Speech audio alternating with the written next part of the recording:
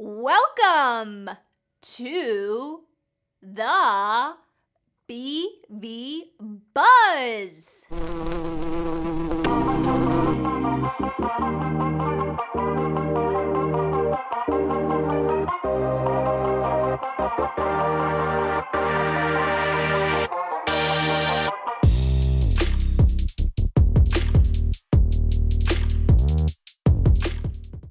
Welcome back, folks. I am here with our President's Advisory Council of the Arts Chair, Timothy Anderson Schick, to talk about what we refer to as PACA. Yes. So, Timothy, can you share a little bit about what PACA is about? Sure. PACA is an organization that started about 6 years ago after the end of what was performing arts. Mm-hmm. The difference between what was and what is now is that we are mission-based. Mm-hmm. We want to provide excellent opportunities for enrichment and cultural enrichment here on campus. Mm-hmm. So not only do we provide live events for independent residents, but we also provide live events starting this year for people that live in personal care and the courtyards. Mm-hmm. So if you ever read our mission statement, you will see that we follow that pretty much to the letter. Mm-hmm. Which is a really nice opportunity to be able to reach supportive living and touch those residents as well. Absolutely. Mm-hmm. Yeah. Because if I'm not mistaken, PACA is completely funded by the residents, correct? That's right. One of the greatest things that I can say, and there are many, many wonderful things to say about PACA, Mm-hmm. but one of the best is that we have currently about 85 patrons Mm-hmm. who make all of PACA's events happen. Were it not for them and their generous donations, we would not exist. Yeah. So we're very thankful, and if we didn't say it enough, we're very grateful. Mm-hmm. Thank you so much. Yeah. So it's a great opportunity for residents to enrich residents. That's exactly right. Which is a wonderful opportunity here at Brethren Village. So Timothy, you've been doing this now for the entire time I've been part of PACA, Yes. which is about 8 years. It's actually almost 7 years for me. I moved here in June of 17, and by March of 18, I was on what became PACA. Okay. We had about 2 months remaining of the old performing arts group. Mm-hmm. And so during my first year in PACA, Chuck Denlinger was our chair. Mm-hmm. And then I took over the year after that in 2019. And when you took over, I know that you have a lot of musical background. So this kind of fell right into something that you love to do. Yes, you're right. I do. So would you share a little bit about your musical background Oh, my goodness. with the residents? Well, I'd be happy to do that because some of you may wonder why I'm the person that, is in charge of PACA.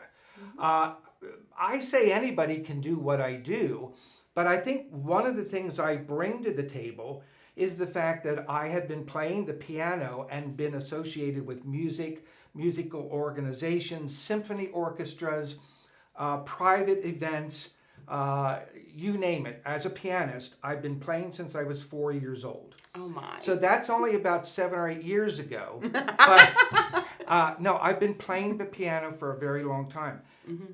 But you may not know that I'm also a drummer. Oh, I didn't know that. Yes, and that was my decision when I was in elementary school, because as a pianist, you don't get invited to be a part of a band. Oh, okay. You don't get to march on the field when you play the piano. Could you imagine that? No, not a keyboard. So I wanted to play something that would allow me to be in other musical organizations. Okay. So I started to play the drums to the dismay of my parents. I was going to say, your mother probably loved that. Yeah, but nevertheless, I did. And because I'm a musician and pianist, I have an ear. And so early on in my drumming career, I started to play the timpani. And for those of you who may not know what those are those great big copper kettle drums Oh my word. that you see in symphonic bands and in orchestras. Usually they're in the corner by themselves. Yeah. Well, that was me. And I loved playing the timpani because it got me to all sorts of musical events and organizations. So, did you book things out you booked different groups and organizations out in the community, so you have a lot of contacts to be able to draw from That's right. by being the chair of PACA. In addition to playing in musical organizations, when I was a teenager, I had a lot of friends, especially a lot of what we used to call garage bands. Yes, I do. I remember that term. And they knew that I knew people that would hire them. So I started it wasn't a cost business, nobody had to pay me, but I just sort of started to ask around, could you use a band of such, players, and would you like to have a violinist for such and such, or a pianist? And it started like that. I think I was about 14 years old when that started. Oh my. In addition to that, I have a very musical family. So it was very easy for me to ask my family where they might recommend that I play, how can I get it more involved, and it just went off from there. And I've been doing that ever since. Now, that's over 50 years. Well, I do remember when you came on to PACA, you had a lot of different contacts with a lot of different bands, and you brought a nice variety of bands to PACA. Yeah. Which we've seen grow over the time frame. That's right. Even with our patrons, That's right. our concert attendance, it is starting to come back to normal. Yes. Finally, after COVID. So, out of your entire time here, what would you say your favorite PACA concert is? Well, it's just like your children. It's hard to pick favorites. It is. But my favorite concert to date, I believe, was this past Christmas, the Hershey Handbell Ensemble. I can't tell you the amount of joy that brought our audience members. It was palpable. People were crying. Aww. They were so happy, not unhappy tears. They were crying happy tears. They were so moved by the music. And all of my life, that's what music has meant for me too. I love it because it brings me joy. Yeah. Theater and music. Two top things that I can do for myself to get myself out of a bad mood, or just to feel better. It's, to me, it's a part of my life. And when I see people enjoying our concerts, it is the best way I can, have people say thank you to PACA, their enjoyment. Well, I can look back at this past year, and I think that we both, we had that concert, and then we also had an opportunity that we've never had here on campus before. We had a Broadway show here at Brethren Village. Yes, we did. So for PACA to be able to bring that Broadway show here to Brethren Village was a really good thing for our residents. It sure was. We would have never had that opportunity had you not had that contact with Susquehanna Stage. Well, again, it's just sort of fell into place, and I'm happy to bring theater here. And I'll let you in on a little secret. There's going to be more. Susquehanna Stage and PACA are going to be chatting in March about how we can get them back to Brethren Village, maybe even on a semi-annual basis, to provide live theater for our residents. That would be a wonderful thing Absolutely. for our residents here. It was a huge production. In as much as there were only 3 people, it still needed everything that a Broadway show needs. And the fact that they were able to do it on our little auditorium stage and have the impact that they did. People are still talking about Agnes of God. If you didn't see this show, you missed one of the best things that ever came to this campus. Yeah. So please stay tuned. All right. Well, we will be anxiously waiting to hear what the Susquehanna Stage Company is willing to partner with us in the future. So as we look at our upcoming season, your season typically ranges in about 6 concerts a year? 5 to 6 concerts a year, depending on whether we bring in a summer event. Okay. Yeah. So when does your season typically start and end? Okay. Our season generally begins September. Okay. We may not have a concert in September, but our season starts September and ends currently in June. Okay. And we don't perform over the summer unless, again, there is a special event that we want to make sure we can bring to campus. Okay. So as you look at our upcoming lineup here, because we're kind of in the middle of the season, Yes, we are. what are you excited to look forward to in the future? When Kelly asked me who my favorite performance was, I was going to bring out my own bias and tell you it was Michael Faircloth. Now, for those of you that don't remember, Michael Faircloth, the nationally recognized Christian pianist, is an actual friend of mine for over 40 years. I'm very, very excited about bringing him back, and so is he. He's very excited to come back. He is always well received by the residents here at Brethren Village. They love him. The most requested performer of these past 5 years was, when are we getting Michael Faircloth back? So Michael Faircloth comes in June, but not to be outshadowed. The Heritage Chorale comes here in April. And for those of you who are choir lovers, the Heritage Chorale is a nationally recognized organization that has sung all over the United States. So that is a concert you're not going to want to miss. And we have waited some time to have them. Waited 5 years to be able to bring them we here. have been trying for 5 years. Timothy has been actively trying to get them to come here. That is absolutely correct. And what else are we having as we look at the... Well, I need my list. Okay, no, that's fine. So we have Michael Faircloth coming in June, and in October we finally have the New Holland Band coming. Yay! Another big organization. This is going to probably be 25 to 35 people.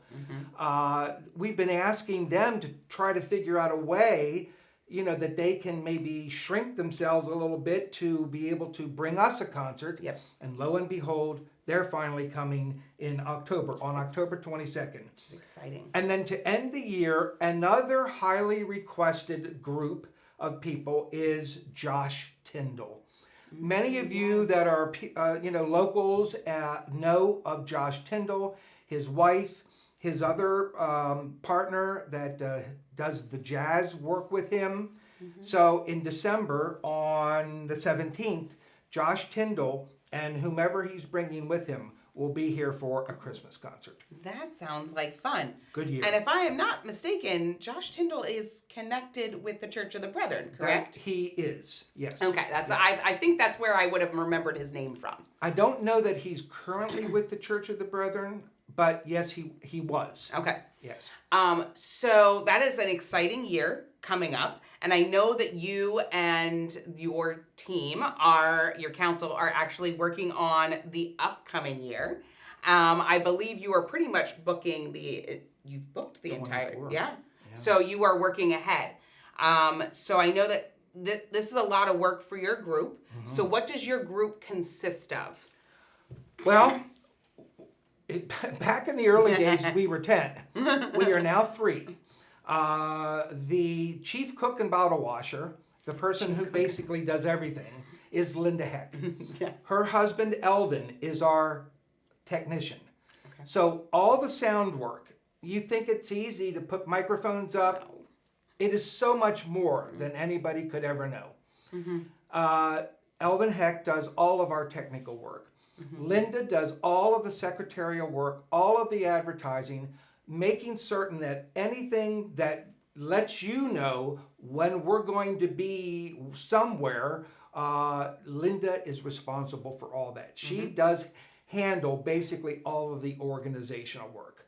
I hire the people. And again, I still have a lot of contacts out there. And if I, can stay healthy, who knows? I might be here until 2030. 2030. Who knows? Well, let's hope so. All right. So I know that you came into PACA because you had a joy for music. And I know that Linda also shares that same joy. So if you have, and it is a well-oiled machine, so you are all working together, and that's a lot for our team of 3 to accomplish.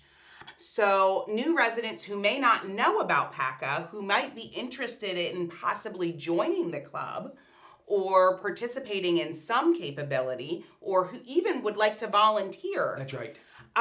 If they could, how would they get in contact with someone?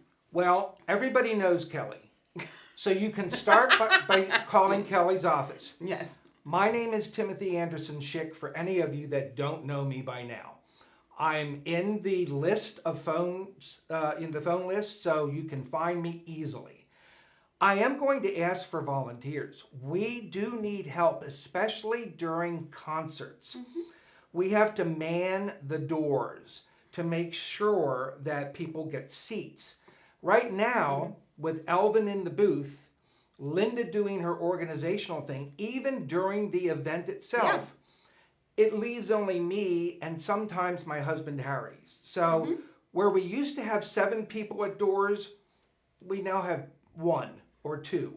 So if you feel that you could help us during a concert event, you're only going to have to be helpful 2 or 3 times a year. Yeah. And we would greatly appreciate that. Okay, so yes, if you are willing to help volunteer at a concert, don't hesitate to reach out to please. myself or Timothy. We Yeah. would be happy to, meet that need for you.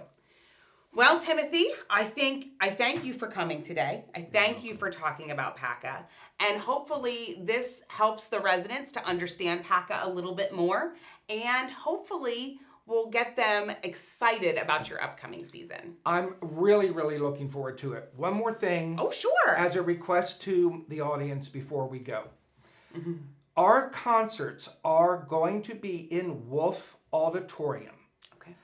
Some of you may be confused about where we are. It's Wolf Auditorium with one exception. The June concert with Michael Faircloth will be held in the chapel because it is a better venue for a concert pianist. Okay. The other thing I'm going to urge you to do, and I strongly urge you to do this, please use our shuttle. We have heard so many people say, there's no place to park when we get to Wolf Auditorium. Yes. Folks, that's been the same case for a decade. Yes. Parking around Wolf Auditorium is very, very difficult. We provide a shuttle from your door to our door. It doesn't get any easier than that. Yep. So please consider using our shuttle service. Thanks. All right. Thank you, Timothy, for joining me. You're and welcome. good luck in your future endeavors here Thank at you. Booking Entertainment and being our chair at PACA. It's my pleasure. Thanks, Okay. Kelly. All right. See ya.